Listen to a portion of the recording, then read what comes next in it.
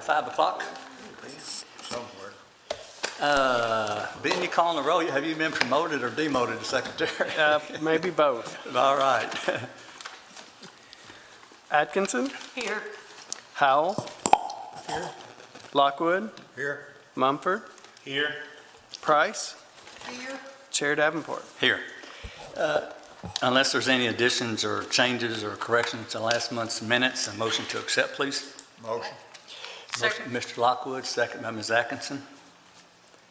Mr. Lockwood, Yes. Mr. Mumford, Yes. Ms. Price, Yes. Ms. Atkinson, Yes. Mr. Howell, Yes. Chair Davenport. Yes. Before we begin our hearing tonight, our counselor, Mr. Hoy Hodges, will tell you what you have to do in order to get your request approved or denied. Mr. Hodges? And, Mr. Chairman, on all of these applications tonight, I'd ask that the following matters be made the part of the record: the joint zoning ordinance, the comprehensive plan and all of its elements, the staff report, and in addition to the staff report, any attachments or exhibits to the staff report should also be made a part of the record. And then, if you would please, you'll need to swear in and recognize their qualifications as zoning administrators: Rachel Hurt, Amy Scott, and Jenny Willoughby. You ladies all swear to tell the truth? Yes, sir. Thank you. Okay, everything on the agenda tonight is a request for a conditional use permit, and there's certain findings that the board must make. Those are set forth in section 3.5 or 3.9.5 of the zoning ordinance. The board must find that the requested use is not detrimental to the public health, safety, or welfare in the zone in which it is proposed, that the use will not contribute toward an overburdening of municipal services, that the use will not constitute a nuisance and adequately addresses the review criteria in section 3.9.4 of the zoning ordinance, that the use meets the other requirements of the zoning ordinance. And with both of these tonight, whether it's a daycare or a short-term rental, there are specific use standards that apply. And I mentioned the review criteria in section 3.9.4, and I really cannot stress that enough. That section states that if the applicant has the burden of adequately addressing the review criteria as it may apply to the application, one of which is compatibility. So as the applicant, you do have the burden to adequately address compatibility of that use in a particular zone. In order to prevail on your request, you need a majority vote of those present. A pass vote would have no force or effect. And if anyone's dissatisfied with the decision rendered here tonight, you have 30 days to file an appeal, and that will go directly to Warren Circuit Court. All right, thank you, sir. If you're here in regards to the request on Old Morgantown Road, that hearing has been postponed, so no action will be taken on that. So if you're here for that, you can leave because we're not going to do anything about it tonight. All right, our first request tonight, Amy and Curtis Willis have filed an application requesting a conditional use permit to operate a short-term rental and an existing accessory apartment on the property located at 170 Howell Road. And this property is zoned AG agricultural. Yes, ma'am. Rachel. Give me 1 second. Sure. Get this switched over.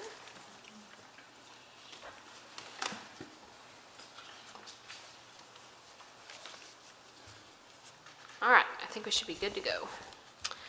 We had a pre-application meeting back in October for the property at 170 Howell Road. This is the aerial view of the property. And the applicants are requesting a conditional use permit to operate a short-term rental in an existing accessory apartment that is located on the property.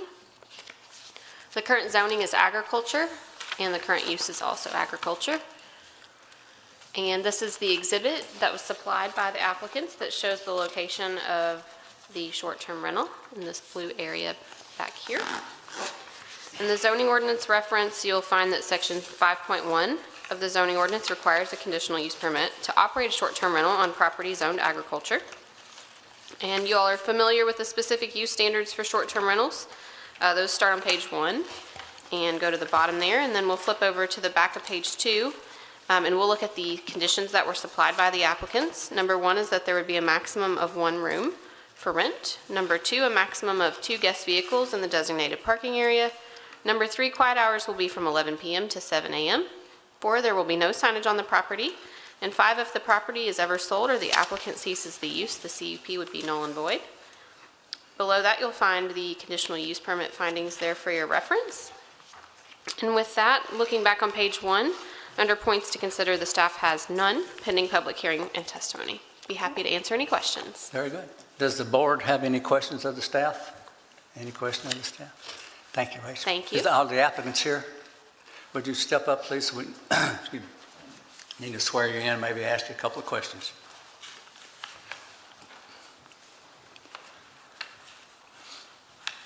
If you would give him your full name and address, please. My name is Curtis Willis. I live at 170 Howell Road.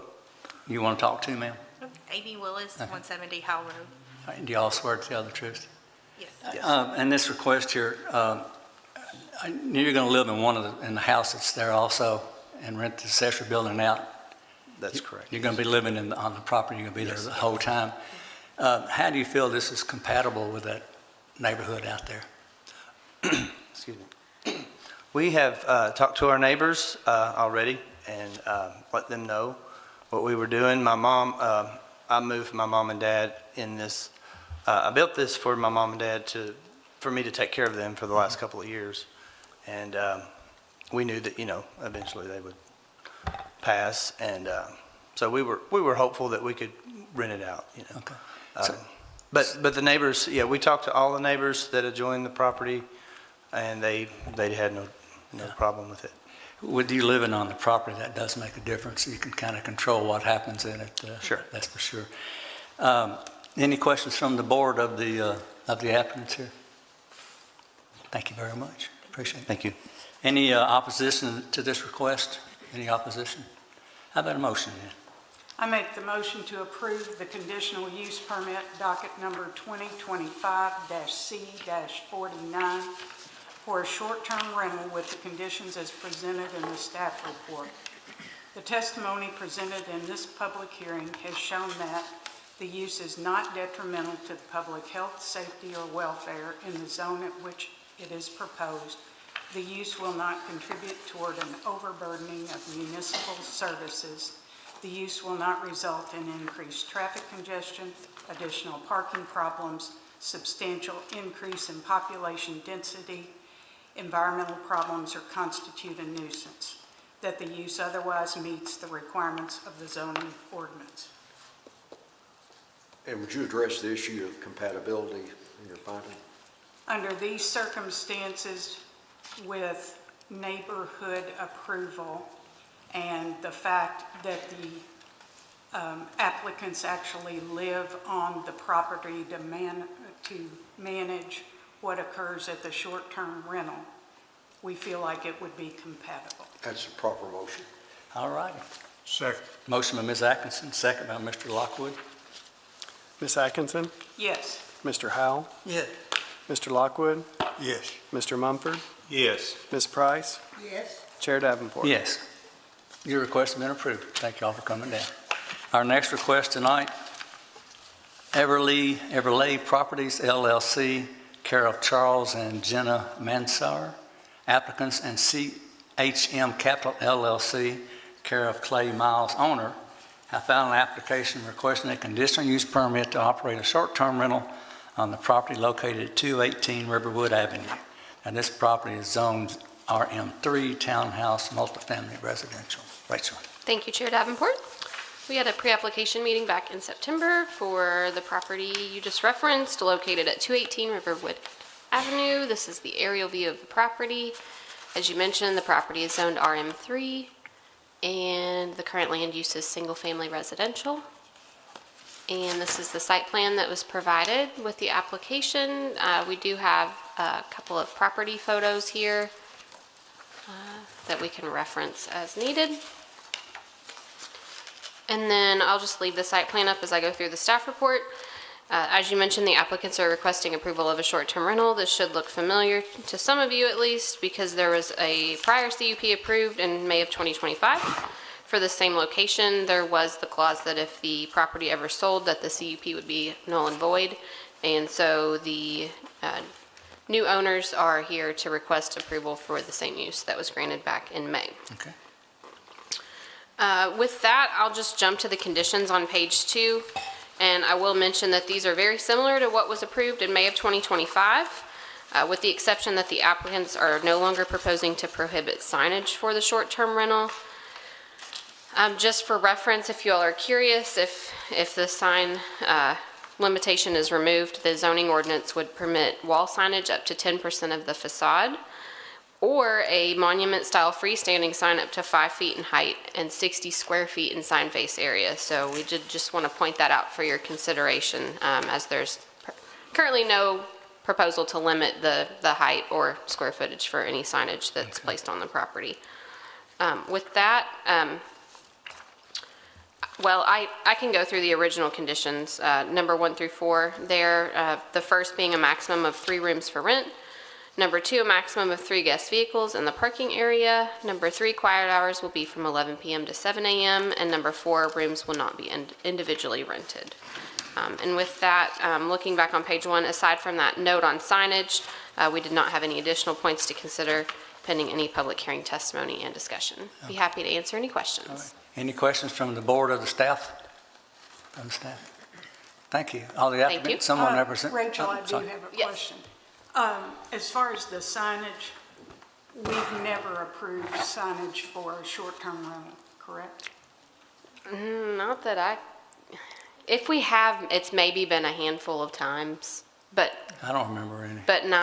not in this type of setting, as far as something freestanding. I think there might be 1 or 2 that incorporate like a small sign on the actual building, just with like the name of the short-term rental, but I can't think of any freestanding signage that comes to mind. We'll ask the applicant about that. Thank you. Thank you. Is someone, an applicant here? Yeah, would you step up? Can we get your full name and address, please? Yes, Charles Mansour. I live at 993 Dunbarton. And you swear to tell the truth, sir? I do, yes, Thank sir. you. Are you wanting a sign on this property? No, we have no plans for signage. Okay, because we really don't think we need one. And obviously, we approved this before, but did we approve it with 3 cars? Do you remember, Rachel? It was approved. Was it approved for 3? That looks awful tight back there to have 3 cars pulling in and back out and get out on the Riverwood without backing on the street. Do you have any problem if we cut that down to 2, where maybe there's a little more room to get around there? I don't have a problem with 2 at all because it is a 2-bedroom. Okay. They did get rid of the garage that was there, and that square you can see cleared out. It used to be or not a garage, it was a shed. So it's nice and cleared, and it's gravel, and you could Yeah. fit 3 this tight. I do agree with that, but you Yeah. can definitely turn around in there. Okay, all right. Any questions from the applicant of the board? I'm glad this is one we ought to approve, because Riverwood's getting a whole lot of short-term rentals out there. We don't want to overload that street there. That's a whole lot. I thought it looked familiar, and then when I saw the sign go up, I realized we'd already approved one there. But, okay, no questions from the board? All right, thank you very much. Thank you. Any opposition to this request? Motion, please. I make the motion to approve the conditional use permit docket number 2025-C-50 for a short-term rental with the conditions as presented in the staff report, with the exception that there are a maximum of 2 rooms for rent, and consequently there would be a maximum of 2 guest vehicles in the designated parking area. The testimony presented in the public hearing has shown that the use is not detrimental to the public health, safety, or welfare in the zone in which it is proposed. The use will not contribute toward an overburdening of municipal services. The use will not result in increased traffic congestion, additional parking problems, substantial increase in population density, environmental problems, or constitute a nuisance, that the use otherwise meets the requirements of the zoning ordinance. Cortland, would you maybe add in there about the no signage, and if they sell it, they have to come back and get another Yes, approval on it? Yeah. and that's usually part of our conditional use, and I think it's actually in there. Not Mike, on this one, it Maybe wasn't. not. No, not on this one, it wasn't, no. In the event the property is sold, the CUP would be null and void, and there will not be any signage for the short-term rental. Proper motion. Okay. Motion by Ms. Atkinson, Second. second by Mr. Lockwood. Ms. Atkinson, Yes. Mr. Howell, Yes. Mr. Lockwood, Yes. Mr. Mumford, Yes. Ms. Price, Yes. Chair Davenport. Yes, your request has been approved with the conditions we put on it, okay? Thank you all. Good luck to you. Our next request tonight, Jeffrey and Shelley Anderson have filed an application to request a conditional use permit to operate a short-term rental on the property located at 466 Ralph A. Young Road. This property is zoned AG Agricultural. Yes, ma'am. Thank you, Mr. Chair. We had a pre-application meeting on October 1st for the property on Ralph A. Young Road. Current zoning is ag. Current land use is single-family residential. And then here is their site plan. We'll come back to that. Here are just some images of the property. Ignore the water drops. It was when it was coming to flood that one day. But we'll go back to the site plan. And then looking down, the applicants are requesting a conditional use permit to operate a short-term rental. Very similar reference, section 5.1 of the use table, a conditional use permit is required to operate a short-term rental on property zoned ag. Specific use standards are on the bottom of page 1, and so we'll look over to their supplied conditions on page 2. Number 1, there will be a maximum of 3 rooms for rent. Number 2, rooms will not be individually rented. Number 3, maximum of 3 guest vehicles in the designated parking area. Number 4, quiet hours will be from 10 p.m. to 7 a.m. And then number 5, if the property is ever sold, the CUP will be null and void. Conditional use permit findings are below those conditions on page 2, and so we'll look back to page 1 with just a couple points to consider. The board should consider if the proposed use is compatible with the surrounding area, including the existing single-family residential uses located adjacent to the property and in the general vicinity. And then the board should also consider the impact on permanent workforce housing availability in this part of the county if the existing single-family residence is converted into a short-term rental. And that's all that we have, but I'm happy to answer any questions. Very good. Any questions from the board or the staff? Board got any questions, staff? Thank you, ma'am. Are the applicants here? Would you step up, please? Can we get your full name and address, please? Jeff Anderson, 723 North View Court, Bowling Green. Do you swear to tell the truth, sir? Yes, sir. First question we need to ask is, you'll, not a question, statement, you'll need to explain and convince the board how opening a business in this neighborhood that is single-family usage is compatible with the neighborhood and not detrimental to the neighborhood. Yes, sir. In my thinking, I could rent that 30 days at a time or on a year lease, and there's going to be someone there daily with who knows how many vehicles coming in and out. And if I can control by doing the short-term rental, might just be rented 2 weekends a month or 3 weekends a month, or maybe rent it all month, but it's going to be less traffic and less rigmarole maybe around the house, because I'm going to keep it clean, going to keep it mowed, and if you rent it to someone, you know, year lease or whatever, then they may or may not keep it clean without me fighting them or whatever. So yes, sir. All right. Where do you live in proximity to this? Maybe a mile away as a crow flies. Northview Court is off of Detour Road, so if you come out of Ralph Young and go up Witt, Detour, and then right back to Northview.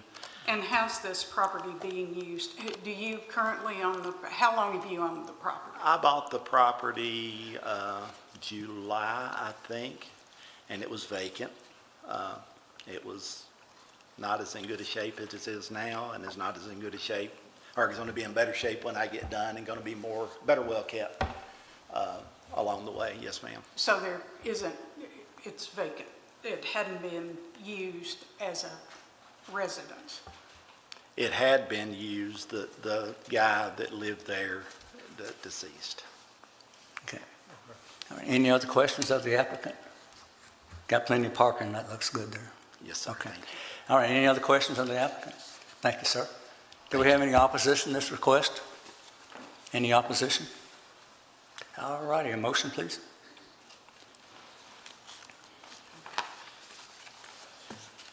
I make the motion to approve the conditional use permit, docket number 2025-C-51 for a short-term rental with the conditions as presented in the staff report. Testimony presented in this public hearing has shown that the use is not detrimental to public health, safety, or welfare in the zone in which it is proposed. The use will not contribute towards an overburdening of municipal services. The use will not result in increased traffic congestion, additional parking problems, substantial increase in population density, environmental problems, or constitute a nuisance. That the use otherwise meets the requirement of this ordinance. And if the property is ever sold, the CUP would be null and void. All right. That's a proper motion. Motion on Mr. Lockwood. Second? Second. Second by Ms. Price. Mr. Lockwood, Yes. Mr. Munford, Yes. Ms. Price, Yes. Ms. Atkinson, No, I feel it's not compatible with the neighborhood and would be more suited for permanent housing, permanent housing. Mr. Howell, Yes. Chair Davenport. I vote no, because I agree with Ms. Atkinson, but your request has been approved because we had 4 yes, correct? Okay, so your request has been approved. Thank you, sir, for coming down. All righty, our next request tonight, Blue Haven of Kentucky. Applicant and Patrick and Jury Hayes, owners, have filed an application requesting a conditional use permit to operate a short-term rental on the property located at 191 Detour Road. This property is zoned RE Residential Estate.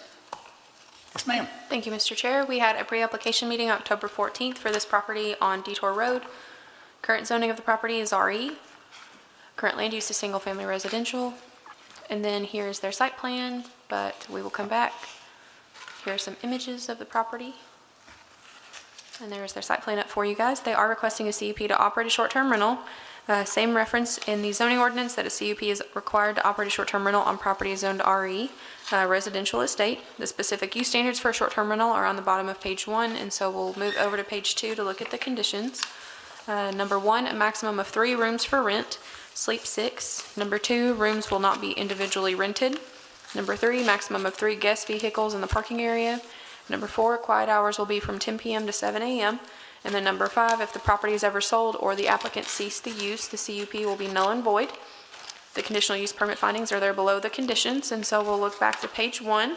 There are a couple of points to consider, very similar to the previous application. The board should consider if the proposed use is compatible with the surrounding area, including the existing single-family residential uses located adjacent to the property and in the general vicinity. And then the board should also consider the impact on permanent workforce housing availability in this part of the county if the existing single-family residence is converted into a short-term rental. And with that, that's all that I have, but I'm happy to answer any of the board's questions. All righty. Any questions from the board, from the staff of the board? Any board got any questions for the staff? Thank you. Thank you. Are the applicants here? Okay. Your full name and address, please? Patrick Hayes, 606 Aiden Court, Bowling Green. You swear to tell the truth, sir? Yes, sir. I noticed we got an applicant and an owner. What's going on here? Pardon that? We have an applicant, Blue Haven of Kentucky is the applicant, Okay. and you're the owner, right? Right, we just named it that if we do get the short-term lease. Oh, so Blue Haven and It's just, this is on the property you all the we same have. people? It's Yeah, we're the same thing. Okay. Can you explain to us and convince us how open this business in that single-family neighborhood Well, is compatible with the neighborhood? Well, we got a commercial building right across the road from us, Good point. and then we got some apartments within a half a mile of us. And then there's going to be 7 cabins built within a half a mile of us off of Richardsville Road. I can't remember the road name of, but it was approved for that, the 7 cabins. So I don't think the traffic shouldn't be too heavy. It's going to be a short-term rental. It may be rented to nurses also, but we got to do the short-term so we could have multiple choices. Okay, all right. All right. How long have you owned this property? A little over a year. It was we tore everything out and changed the vinyl side and the insulation, the plumbing, the electrical. Only things left of the original house is 3 walls and a roof. It is for the blue house, it's up front. It is, yes. Not the white. No, that's a garage back there Okay, behind it. All right, all right. All right, you got plenty of parking, it looks like, easy to turn around and get in and out of. Yes, Any sir. other questions from the board of the applicant? Thank you, sir. Any opposition to this request? Any opposition? Okay. Motion, please? I make the motion to approve the conditional use permit docket number 2025-C-52 for a short-term rental with the conditions as presented in the staff report. The testimony presented in this public hearing has shown that the use is not detrimental to the public health, safety, or welfare in the zone in which it is proposed. The use will not contribute toward an overburdening of municipal services. The use will not result in increased traffic congestion, additional parking problems, substantial increase in population density, environmental problems, or constitute a nuisance, that the use otherwise meets the requirements of the zoning ordinance. It's a proper motion. Okay. Motion, Ms. Atkinson, second by Mr. Lockwood. Ms. Atkinson, Yes. Mr. Howell, Yeah.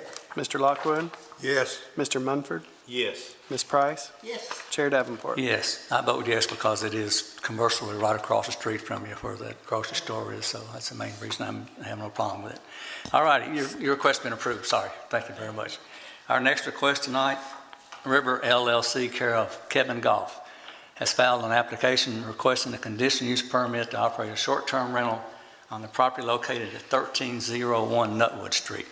Now, this property is zoned RM3 Townhouse Multifamily Residential. Thank you, Mr. Chair. Yes, ma'am. We had a pre-application meeting on October 3rd for this property on the corner of Nutwood and East 13th. The applicant, or, excuse me, I was trying to get ahead of myself. Current zoning is RM3. Current land use is single-family residential. And then here are some images of the property as it is currently. So we'll go back to the site plan. They are requesting a CUP to operate a short-term rental. Article 5, Section 5.1 of the use table, a conditional use permit is required to operate a short-term rental on property zoned RM3. And then the specific use standards for the short-term rental are there on the bottom of page 1. And so we will look over to their conditions. The applicants have agreed to 1, a maximum of 2 rooms for rent. Number 2, rooms will not be individually rented. Number 3, there will be a maximum of 2 guest vehicles in the designated off-street parking. Number 4, quiet time will be from 10 p.m. to 7 a.m.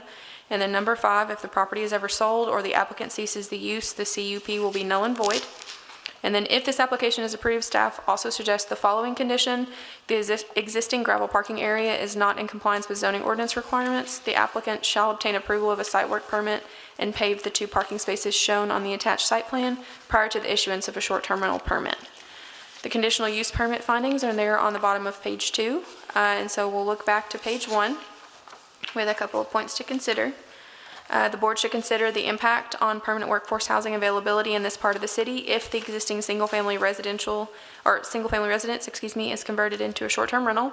And then the board should also consider if the proposed use is compatible with the surrounding area, including the existing single-family residential uses located adjacent to the property and in the general vicinity.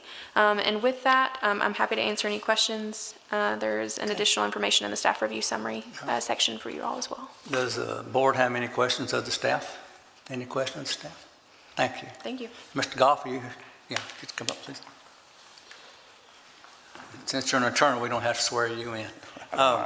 Obviously, this is zone RM3, but no doubt it's all single-family residential neighborhood around there.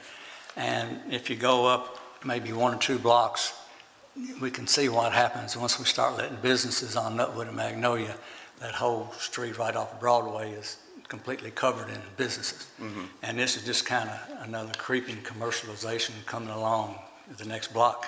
And you may be aware of this, but just to let remind the new members and those of us that are older that may not remember, we turned down a request on Nutwood, I believe it was, about a block away from where your property is, two requests over there. And we did turn both of those down, and they were appealed to circuit court, and the judge upheld our decision. Just kind of food for thought.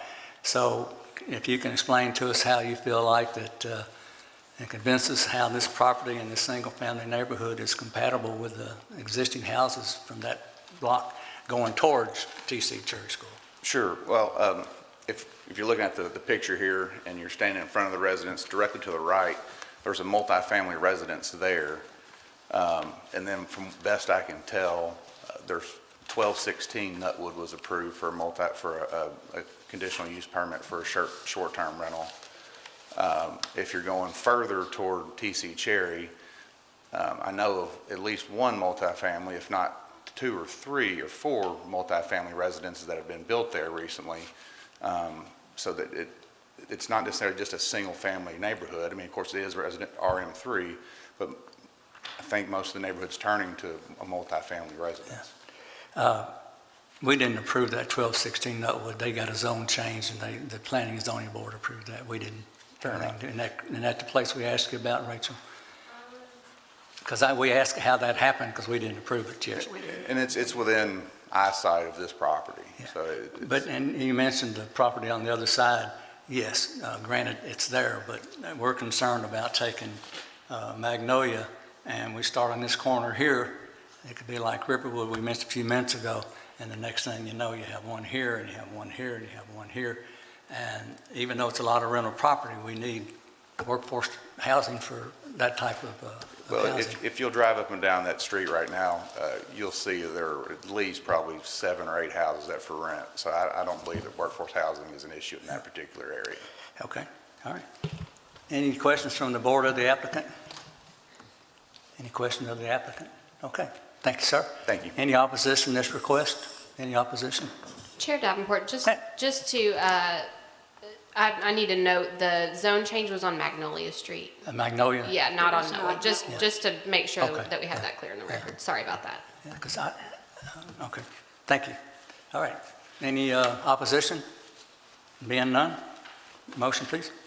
I make the motion to deny the conditional use permit docket number 2025-C-53 for a short-term rental because it is not compatible with the single-family residence neighborhood and also the impact on workforce housing. Proper motion. All right, second, a motion by Ms. Atkinson, second by Mr. Lockwood. Ms. Atkinson? Yes. Mr. Howell? Yes. Mr. Lockwood? Yes. Mr. Munford? Yes. Ms. Price? Yes. Chair Davenport? Yes, that request has been denied, Mr. Goff. Our next request, River LLC, care of Kevin Goff, have filed an application requesting a conditional use permit to operate a short-term rental on a property located at 747 Beach Bend Road. Now, this property is zoned RE Residential Estate and Floodplain. Yes, ma'am. Thank you, Mr. Chair. We had a pre-application meeting on October the 3rd for the property that is highlighted in red. The current zoning is RE and F for floodplain. Current land use is vacant. And here is the site plan that was supplied by the applicant. And then I think this is this a potential rendering of the home? Of course, it's vacant now, but I think that's a potential rendering of what would be there. And then here are some site photos. It is heavily wooded, so you can't quite see. So we just are looking at some woods. So it's not really vacant, it's just got a lot of critters there, right? Yeah, exactly. Yeah, so we'll take it back to the site plan All right. on there. And again, the applicant is requesting a CUP to operate a short-term rental. The applicant received approval for a short-term rental at this location in 2023, but elected to nullify the CUP once the CUP for short-term rental was approved in May of 2024 for the property located at 687 Beach Bend Road, which is just adjacent to. And then there's additional information in the staff review summary for your reference there. Again, the zoning ordinance reference, section 5.1, conditional use permit is required to operate a short-term rental on property zoned RE and floodplain. Below that are the short-term rental specific use standards for your reference. Looking over at page 2 for the supplied conditions. Number 1, property may be rented as a short-term rental for no longer than 7 consecutive days. Number 2, a maximum of 3 rooms for rent. Number 3, rooms will not be individually rented. Number 4, a maximum of 3 guest vehicles in the designated off-street parking. Number 5, quiet hours will be from 10 p.m. to 7 a.m.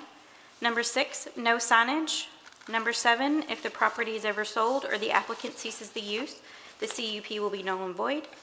Number 8, sufficient foliage will be maintained on the property line to limit visibility of adjoining property owners. And then we do have a little asterisk there. These conditions are more restrictive than the conditions approved for 747 Beach Bend Road in 2023. The applicant has reduced the number of rooms and parking spaces from 4 to 3, imposed an earlier quiet time, and included the following conditions. Property may be rented as a short-term rental for no longer than 7 consecutive days. Rooms will not be individually rented. If the property is ever sold, null and void. And then the sufficient foliage condition was added. So those are the difference between the original conditions and what is being proposed to you this evening. Good deal. All right, any questions from the board of the staff? You were finished, weren't you? Oh, no, I Okay. was going over the points to consider. Oh, I'm yeah, sorry. just on page 1. I'm sorry. We just have a few I'm points to sorry. consider. The Board of Adjustment should consider if the proposed use is compatible with the surrounding area, including the existing single-family residential uses located adjacent to the property and in the general vicinity. The board should determine if a concentration of 3 short-term rentals adjacent to one another is appropriate in this area. And lastly, the conditional use permit was approved in 2020 for a short-term rental at 803 Beach Bend Road, and the conditional use permit was approved in 2024 for a short-term rental at 687 Beach Bend Road by the same applicant. But that's all we have for a staff report. Happy to answer any questions. Okay. Now, does the board have any questions of the staff? Thank you. Much appreciated. Mr. Goff, come back up, please.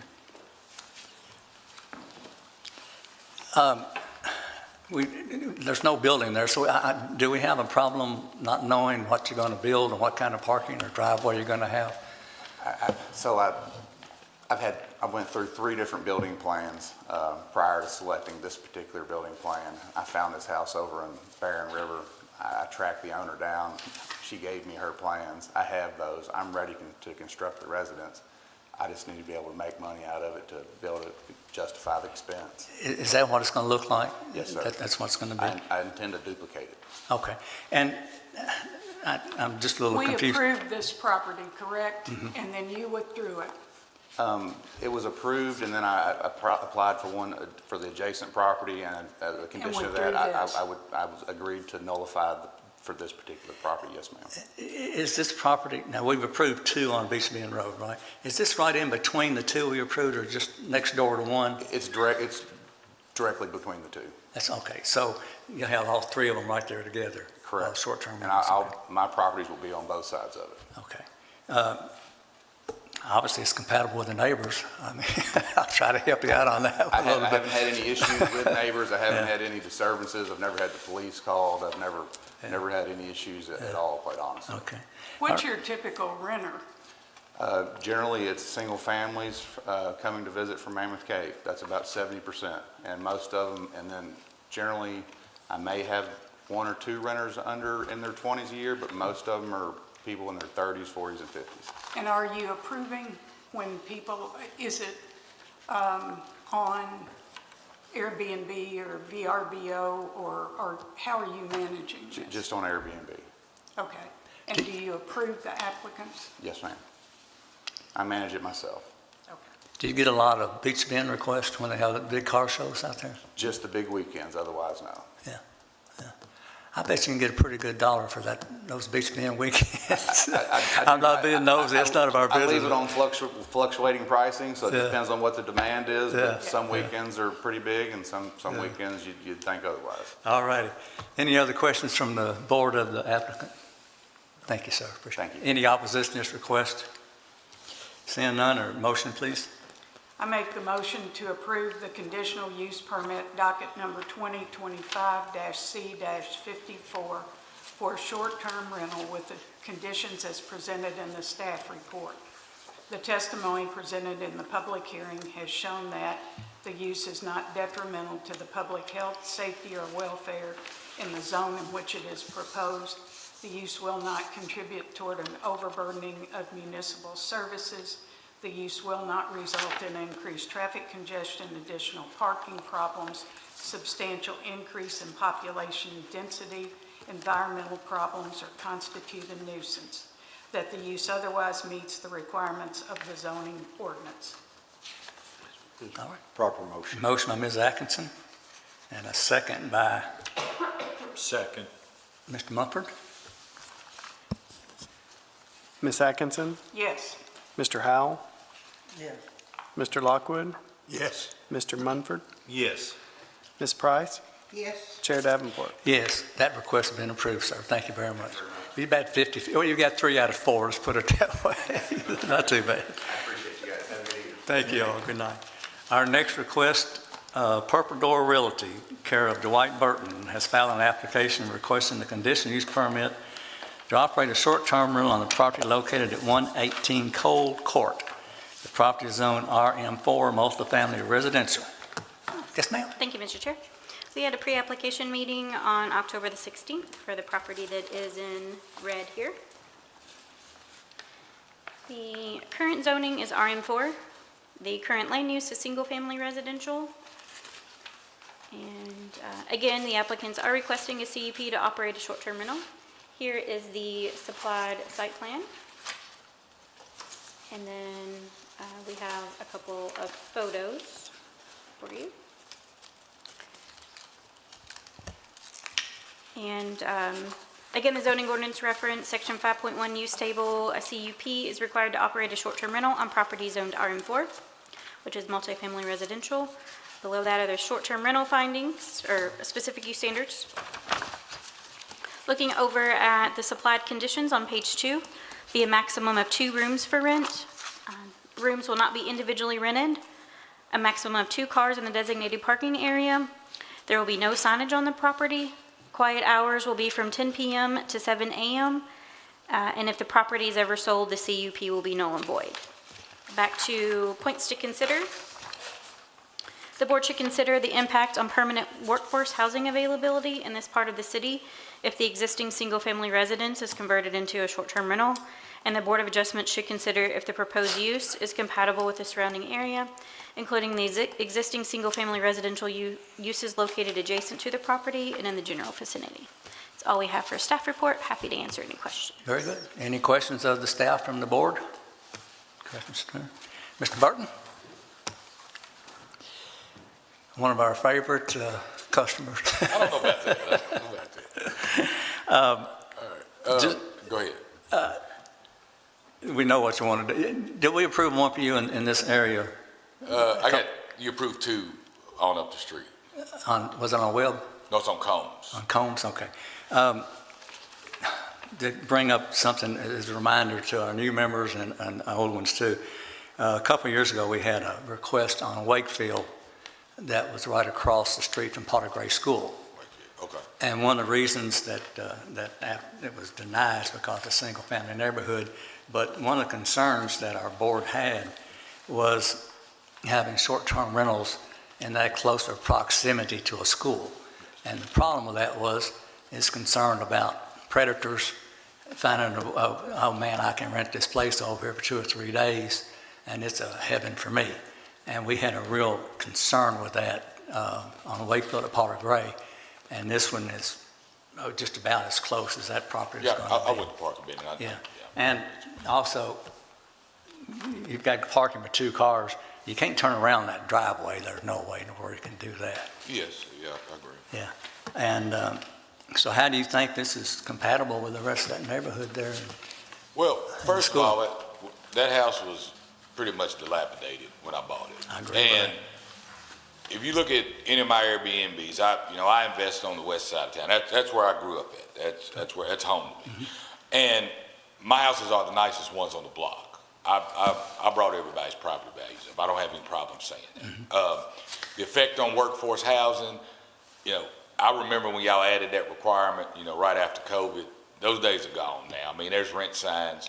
If you ride through Bowling Green now, you see for rent signs everywhere. There was a time in Bowling Green you didn't see a for rent sign. You had to kind of know somebody. I mean, there's times we'd rehab a house and literally people would just stop and knock on the door and ask for an application before it was done. That house right there, it's in a cul-de-sac. I'm gonna fence in the backyard. I've spoken with the neighbors. None of them have any problems. We're gonna spray paint it bright yellow. As far as, being that close to Parker Bennett, my main thing is workers, and that's a 2-bedroom. I'm really shooting for more of the medical center. The travel nurses like the smaller house. This is the first smaller house I've done on short-term rental. Normally they're 4 bedrooms. And and that was one of the things I considered with it being that's right there where the school. That's only gonna accommodate a 2-man crew. I mean, it's 2 bedrooms. Like I said, the court, Mr. Fugate lives there. The Garnetts live right on the right. Everybody pays attention. That's not a place where people mind their business. I mean, I think everybody in the neighborhood pretty much came over and asked me what I had going on. So I don't think it'd be a problem. Okay. And since you're not renting the rooms individually, No. you're renting the whole house. No, I don't rent rooms. So if you have 2 vehicles there, they're likely coming, They're gonna be together. They know yes. each other Yes, and they yes, come yes. together. That's, Okay. when you said that turnaround, I see that's what you're saying. They'll be together. okay. I think one of the concerns when we're talking about near a school is in the event somebody's unfamiliar with the area, like you're suggesting nurses coming in town, whatever, whoever's trying to rent the short term, or renting for short term, they're unfamiliar. So to have somebody backing out near a school, again, the improvements you make on your properties are wonderful. But the concern, and even though you're suggesting there's a lot of rental properties in Bowling Green now that you never would have seen before, but at least that might be a long-term residence use compared to a short-term. In other words, if somebody rents this property, if it's not on short-term and somebody rents it long-term, then we've helped to contribute to workforce housing. So even though they might be rentals, we see that as a contribution to workforce housing. And like I said, I just don't see a shortage of workforce housing in Bowling Green anymore. I mean, and unfortunately with the political climate, I've literally had people that paid their rent and said, we're gone home, and just moved. They're gone. I mean, the climate right now, C housing is getting killed, which is what this would be. The C housing rental market, which is your workforce, your blue collar labor, they're getting murdered right now. And like I said, I own probably 6 houses on North Lee, which is the exact same neighborhood. I've got 2 of them empty. I haven't had 2 of them empty in 10 years. I've got 2, they're just empty. There's no, like I said, as far as the housing shortage in the C-class neighborhood, it's not here anymore. Bowling Green, we had that spike right after COVID where you couldn't find anywhere to rent. Those days are gone now. Like I said, even Nutwood's got vacancies. Nutwood have never had a vacancy. People fought to rent on Nutwood down. There's not, Okay. Interesting. Well, you do improve the properties, I'll give you. Well, I try to. Nice job with that, you really do. And you're talking about the backing out to school. In this cul-de-sac, that shouldn't really, Right, I understand. I just was making the point that when we get in a close proximity of a school, right. there is concern about people being unfamiliar and, you've got kids running around And you that do- was my point, not specific. And I will point out too that Property. at Parker Bennett, that side of Parker Bennett, there's just that court and another court. right. The housing authority, which is where all the traffic is on It's on the the other other side. side of Parker Exactly. Bennett. So the 99% of the kids go Yeah. the whole other way. And you, And I will say this, we do put, we have Ring doorbell cameras, we have a camera on the driveway, and we have a camera on the back door. oh, do you really? And we tell people that we do have cameras, it's really for their safety. To monitor. To monitor, turning them off is not an option, they're hot wired all the time, they're running, so. Good. That's good. Do you screen your applicants yourself? I do, actually. We can do 25 and up. We won't rent to people 24, under 25. Some 21-year-olds in 5 years, some 21-year-olds got me one time. And they got me one time. They got me. That was my next question. They got me. I don't know But how this house is not big enough to have a party of 100 people, so I don't think I have to worry about No, that. they got me one time. All right. Any other questions from the board of the applicant? No. All right. Thank you, Mr. Burton, appreciate it. Any opposition to this request? Any opposition? Motion, please. I make the motion to approve the conditional use permit docket number 2025-C-55 for a short-term rental with the conditions as presented in the staff report. The testimony presented in this public hearing has shown that the use is not detrimental to the public health, safety, or welfare in the zone in which it is proposed. The use will not contribute toward an overburdening of municipal services. The use will not result in increased traffic congestion, additional parking problems, substantial increase in population density, environmental problems, or constitute a nuisance, that the use otherwise meets the requirements of the zoning ordinance. It's proper motion. Motion by Ms. Atkinson and second by Danny. Lockwood, I'm sorry, Mr. Lockwood, second by Mr. Lockwood. Ms. Atkinson? Yes. Mr. Howell? Yes. Mr. Lockwood? Yes. Mr. Munford? Yes. Ms. Price? Yes. Chair Davenport? Yes, your request has been approved, Mr. Burton. Thank you for coming down. Our next request tonight, Divine Academy LLC, care of Emily Britt and Bill Johnson applicant, and Common Capital RE Holdings LLC owner, have filed an application requesting a conditional use permit to operate a daycare on the property located at 400 Center Street. Now, this property is zoned LI Light Industrial. Yes, ma'am. Thank you, Mr. Chair. We had a pre-application meeting on October the 15th for the property that you mentioned and is highlighted in red. The current zoning is LI Light Industrial. The current land use is public. And again, the applicants are requesting a CUP to operate a daycare. This is the supplied site plan. I believe that there is a larger copy that you were provided at your desk. Everybody got one, the larger copy? Okay. Yeah. And then we have some photos for you. This is the front of the building.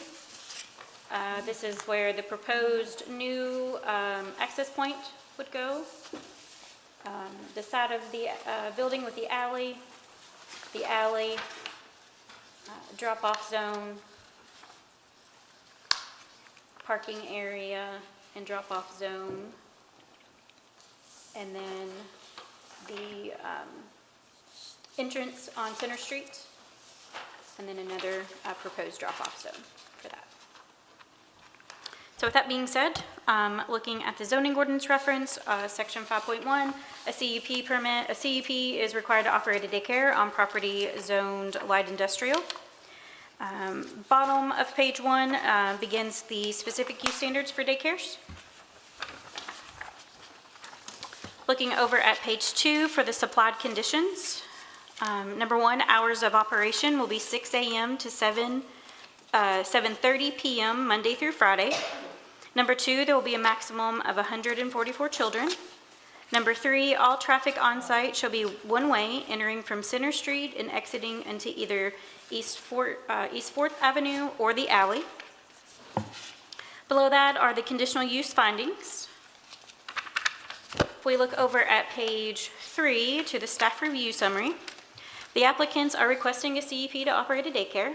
Staff suggested an alternate parking and drop-off plan for the rear of the building to ensure adequate and safe on-site parking, loading and unloading areas, and driveways that provide for safe ingress and egress. The applicants proposed their preferred plan, which does not include the staff suggestions. And then we have provided that alternate plan below for your reference.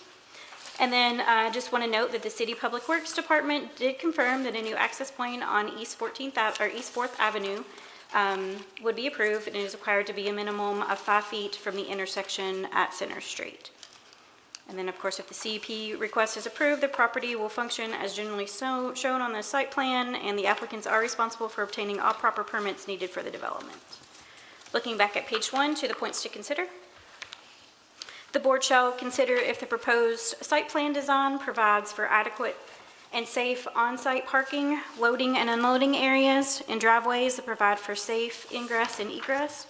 The proposed site layout includes an area of potential congestion along the rear of the building with a drop-off location directly between the parking areas. The board should consider if dual drop-off lanes along the Center Street facade constitute a safe loading and unloading zone. And then the applicants are proposing a drop-off zone within each travelway throughout the site. The board should consider if 3 drop-off zones is appropriate and constitutes safe ingress and egress. That's all we have for staff report. Be happy to answer any questions. Any questions from the board or the staff? Any questions of the board or staff? Thank you. Applicant, somebody, remember? Oh, somebody. How are you tonight, sir? Can we get your full name and address? Bill Johnson, and I am at 1420 Waverly Place, Owensboro. Do you swear to tell the truth? I do. Okay, and yes, I'm sorry, I assume you want to talk to her? Yeah. Hi, Emily Coulter Britt.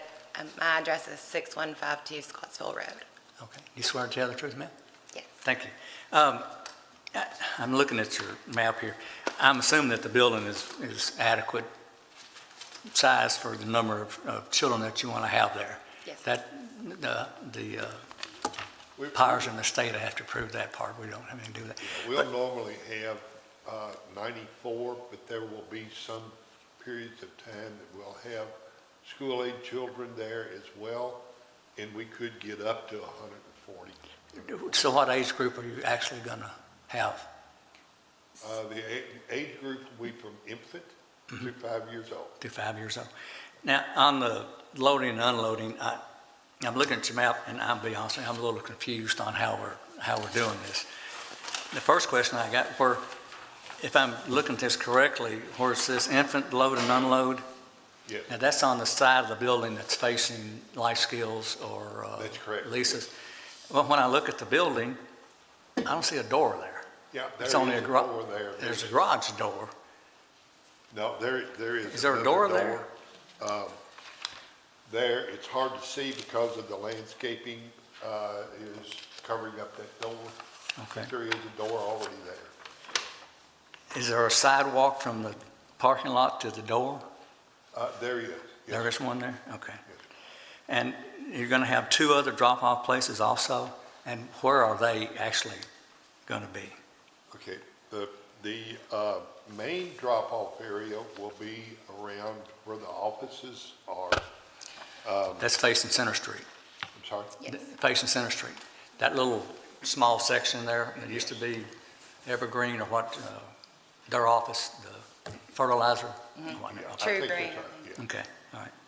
So there isn't a roadway there currently, correct? There is a road that goes up in front of that, the former Office, tenant, yeah. Okay, and then. But it dead ends there, stops. but it dead ends there. What we're proposing is that road go on out to Fourth Avenue. Okay. Okay. So you've got to cut a new road. Yes. Based on that, you've got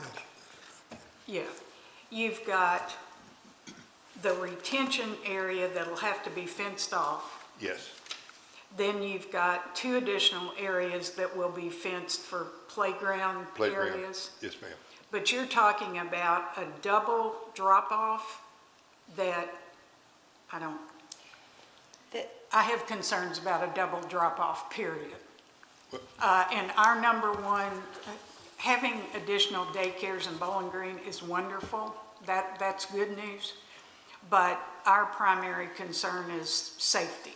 And that's why we need to clearly understand how you guys could manage this many kids at 3 separate drop-offs in a limited period of time.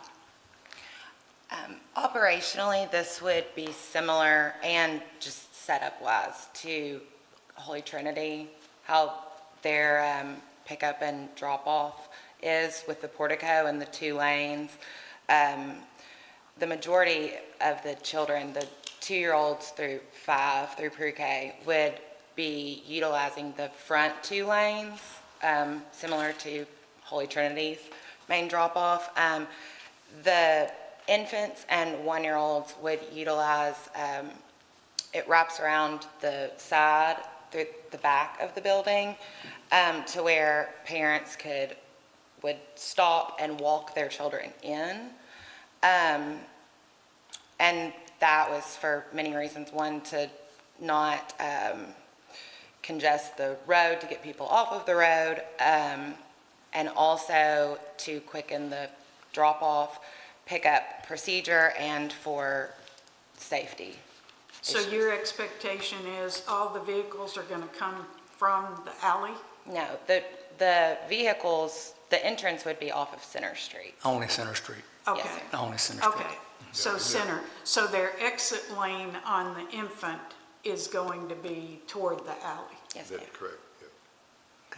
And then they'll just pull straight on through the alley and then go out 4th Street, whichever way you want to go. And I'm confused about one, maybe you can explain, what recommendations did the staff have that you all didn't like? Can you tell us what that was? Double. It's not, I love the recommendation. The problem is that when you set up a parking stall, then you have to measure the width by doing a perpendicular to the parking line across. And you have to have 9 feet. If you think about parking, when it's just pulling straight in, this is how wide it is. If you start to take it toward a 45-degree angle, you can see that this starts to get closer and closer. So that if you have a 45-degree, then you have to measure your 9 feet perpendicular to the line, or as in the case of this, in this case, the parking stall ends up being 7 feet wide. My car, and I'm sure everybody's car in here, is at least 6 feet, and if you add, you can't open the door. All right. So it just doesn't work. All right. Now, and you're talking about fencing the playgrounds and the retention. Not that little plank fences around the retention now, you're going to put a real fence up, Yes. like a chain link fence Yes. for both areas to actually contain the children inside of it. Yes. Okay. So your vision, though, is to have parking that would be parallel parking for one side of the infant loading and unloading zone, and then you've got other parking places next to the building? That's correct. So all 12 parking places surround where you're going to be having your infant loading and unloading zone? Yes, ma'am. And those parking spaces will be staffed, and they will already be in-house before the parents get there to load or unload the children. In fact, that's what happens when Emily and the staff, when the parents start to come in, they have walkie-talkies so that they're communicating with each other in anticipation of who's coming in, who's going to walk the children into the facility, and who's going to take care of them to make sure that they get to their room. And the reason you don't want to have everybody come in the same entrance, whether it be on the side or the front, is what? Maybe Well, we're trying to address the issue of having congestion out on Center Street when people are coming in and getting ready to drop off their kids. Okay. Or pick their kids up. This way, we have 3 spots where they're being dropped off and picked up, and that gets people off of the street, out of center, into, into our stacking lanes there on the property. So we're trying to address the issue of having congestion out on Center Street. And if you notice, we're actually almost like in a cul-de-sac. 4th Avenue ends at Center Street, and Center Street ends at 4th Avenue. Right. So that's good for us, in that standpoint. Yeah. This, where you got the 2 12-foot wide, are those controlled? You have people there to control people as they're? Yes, sir. Yes, sir. So, Yeah, and we've talked, we probably will start out just using the inside lane to have children dropped off at that point. But the other lane, well, we're going to end up having to use both lanes to get people through, so. yeah. Okay. But you have people standing there to control. How many staff members does it take for this many people? So we would have about 3 in the parking lot, 1 sort of towards the front entrance with the walkie-talkie. I'm explaining more of the pickup than drop-off. And then 2 staff members who would be actively helping children hand-to-hand with the parents out of the car to the entryway, where then they would be, it's the same process again as I know for. Just about everybody else. So they're not your expectation is at neither of these zones, they're going to park and walk their children in? So for the 1-year-old Infant? and infant, so that's a total of 22 kids out of this number. Those parents would be able to park and walk their children in. It's not. Okay, That's so on the side they're going to entrance. be Yes, using sir. this same parking as the staff? No, they'll be parking in the lane itself. In the lane itself. And that's why we have them. I need to speak up here. The site plan on page 9, the area where we're talking about right now, we cannot approve this site plan with the infant loading and unloading area back, like blocking parking spaces 4 and 5. That's simply not permitted by the ordinance. So we wouldn't be able to credit those parking spaces because you can't just park in the middle of a travel way and block parking. That's not permitted by the ordinance. That creates a problem for you, for that drop-off on that side. With 2 parking spots? No, it's the 7. Are you talking about the 7 parking spots? I'm talking about in front of parking space 4 and 5. 4 and 5. Those would not be able to be credited toward the minimum 15 that are required for the site. You would have to find another option for parking elsewhere on the site because you can't, we can't permit a loading and unloading zone that's blocking parking spaces. I think our other concern is that what's shown on the site plan, if you were to add up the dimensions of the parking spaces against the building, the 12-foot lanes that are shown, and then the parallel parking, that's about 50 feet. And in reality, that width that doesn't exist there unless, are you all planning to expand the pavement? Is that your plan? Okay. So it's not within the existing pavement? No, it's not. Okay. So you're going to make it wider? Okay. I'm sorry. All right. Yes. We were repaving. But it's Yeah. required that they have 15 spaces, correct? That's correct. Okay. So can you find two? Bottom line is we can't approve this as it is. Can you find another place to put, I guess, parking place 4 and 5? Is that what you're saying, Rachel? If they eliminate, if you can't use 4 and 5, those 2 parking places? Right, or I don't know if there's another area that the infant zone could be relocated to that's not blocking a parking space. That would be another option. Well, there's At the back, where you see at the bottom of the screen, you could put in 2 parking spaces right there, so. Where 13, 14, and 15 are? Is that what you're saying? No, on the other side, where I have, I can't see it and read it. Would you be able to mark it on there? Yeah, it'd be right here. We put 2 spaces. Gotcha. He's gesturing to this area right here, Yeah, right off of here, there, right. where the travelway is curving into the alley, where they would be pulling in straight in here is what he's gesturing to.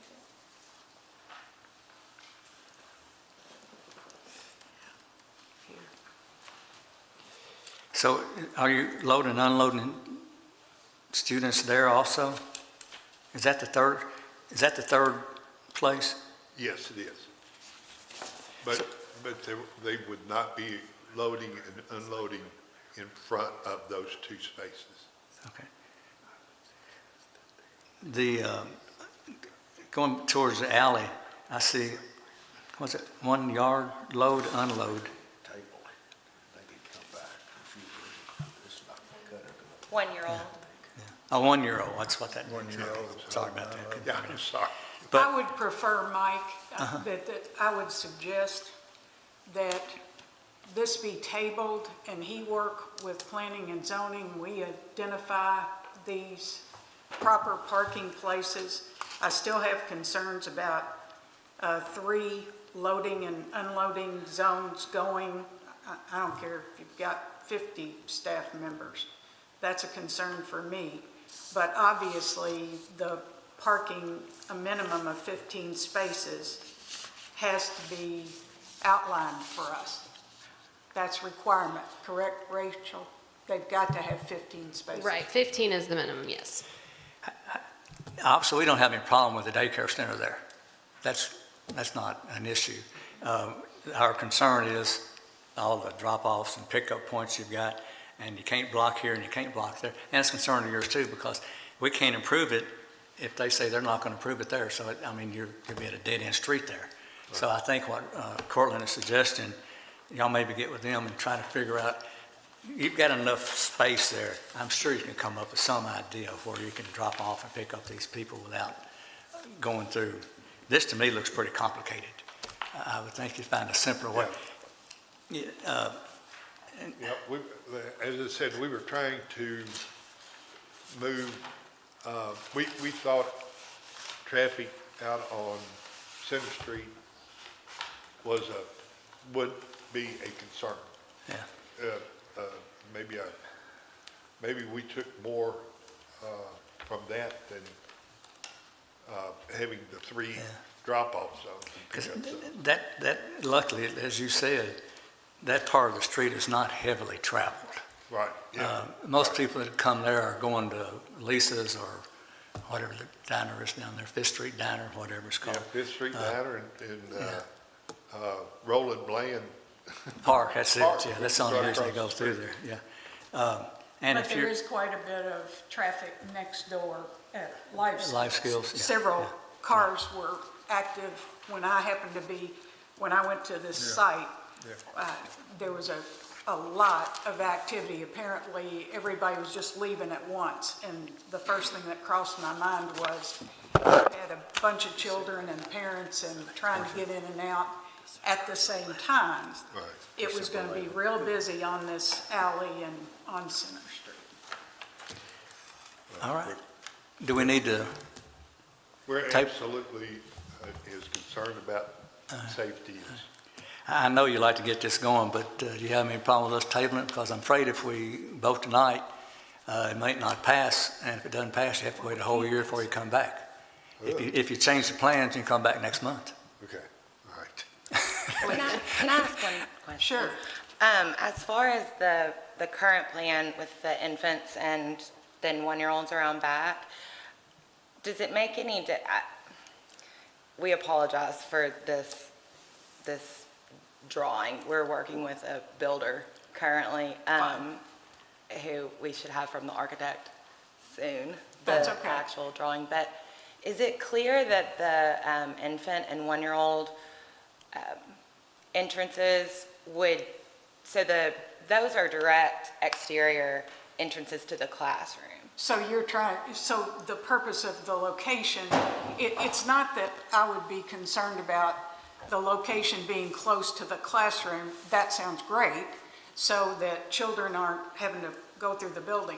My concern is just managing a double lane on one side of the building, a single lane on a different side of the building.